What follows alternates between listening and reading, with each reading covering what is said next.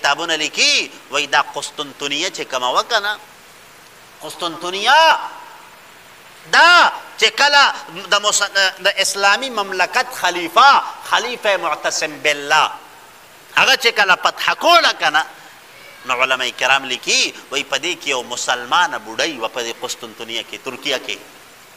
هغه د دقې رومیانو په ګرفت کې راله هغه ورته څه وی هغه چې کله د رومیانو قتل کوله که نه وی سرې دې چغې بولې چې یا معتصمه ای معتصم بالله زما د امداد دپاره راشه زما د امداد دپاره راشه کتابونه لیکي وایي چا معتصم بالله ته دا پیغام راورسو چې په دې روم کې یو زنانه ده قسطنطنیه کې هغې دقسې د ظلم او د جبر په ټیم کې تا ته چغې وویلې چې یا معتصمه ای معتصم بالله زما امداد دپاره راشه وی ښه وی زما د اسلام یوه خور په تکلیف کې ده زه دلته په ارام ناست یم فورا اعلان وکړه فوج یې جمع کړو په قسطنطنیه یې حمله وکړه او فتح یې کړه فتح یې کړه د یو زنانه په فریاد باندې دومره غټ کار وکړو نن خو د دنیا د ګوټ ګوټ نه د مسلمان فریاد مونږه تاسو ته رارسي د دنیا په هر یو ګوټ کې چې کوم نه هغه مسلمان په تکلیف کې فریاد کوي په دنیا کې نن د ټول نه مظلوم قوم چې دا مسلمان دی هر سړی چې کوم نه هغه لګیا دی څه کوي هر سړی پې راځي او خپل مټ پې ګوري ښه هر سړی پې راځي او خپل مټ پې ګوري پیغمبر علیه السلام ارشاد فرمایي وایي زما د امت حالت په چې کوم نه په آخر وخت کې داسې راشي چې مثال به صحیح چې مثال به لکه په دسترخوان باندې د تیار خوراکي او د تیارې روټۍ هر سړی به راځي او خپل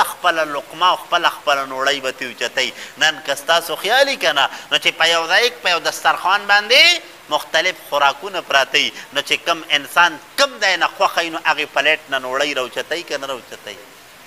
هم دقسې نن چې کم دی هغه د مسلمانانو سره د مسلمانانو حال نه کمزوري دي چې بس چې څوک پې د کم طرف نه رالی نو څوک پې د کم طرف نه رالی نو صحابه کرام وایي د الله پیغمبره موږ به په دغه ټایم کې تعداد کې کم یو تعداد کې به کم یو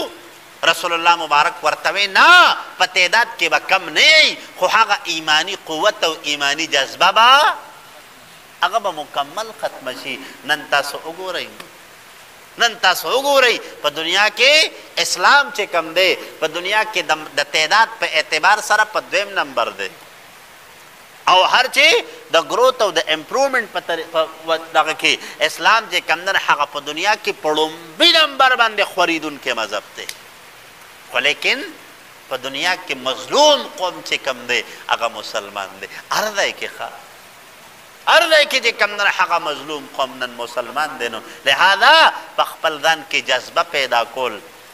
په خپل ځان کې دا جوش پیدا کول چې زه سره الله تعالی مالا یو قوت یو طاقت د ایمان نه کړی دی چې دغه طاقت د ایمان زما لویه سرمایه ده نو او چې کله ذهن کې مو دق کوي که نه نو زه اکثر بل مې یو ځای کې خبره کوله ما دا په دې ځنګل کې چې دا زمری پیدا کېږي که نه نو په دې ځنګل کې د زمري نه په طاقت کې ډېر طاقتور ځناور هم شته هاتیان دي پکې صحیح شوه نور ډېر مخلوق ته چې هغه د دې زمري نه په طاقت کې څه دي په طاقت کې سیوا دي که نه صحیح شوه او ګورې عقلمند هم دومره ني ځکه په عقلمندۍ کې دا لومبړه چې کومه ده که نه دا ډېره هوښیاره ډېره عقلمنده ده خو لیکن زمری نه پکې طاقت دومره شته او نه دومره زیات عقلمند دی خو د ځنګل بادشاه چې کوم نه اکثر صحیح زمری دی ولې د چې کله پیدا کېږي که نه نو د ذهن کې دی چې بس زه بادشاه یم نو د بس صرف چې کوم نه دی بادشاه په دې صحیح په دې سوچ باندې بادشاهي په د تصور دا ده چې زه بادشاه یم لهذا سره په د طاقتور ځناور ورته هم سر ښکته کړی هوښیار ورته هم چې کوم نه هغه سر ښکته کړی ولې ذهن کې چې کوم نه د دغ کوي نو دا خپل ذهن نه به دا غلامي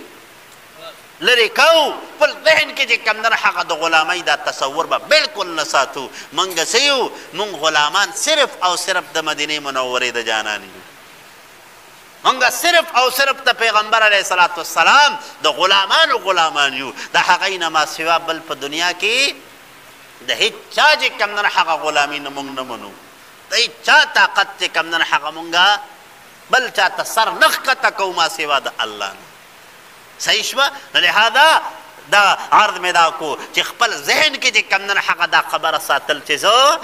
د اسلام یو سپاهی یم او اسلام د غلبې دپاره به زه چې کوم نه هغه لګیا یم کوشش به کوم الله به ستا دغکې جذبې له ستا دغکې همت له به الله هغه طاقت ورکوي بیا ښه صحیح شوه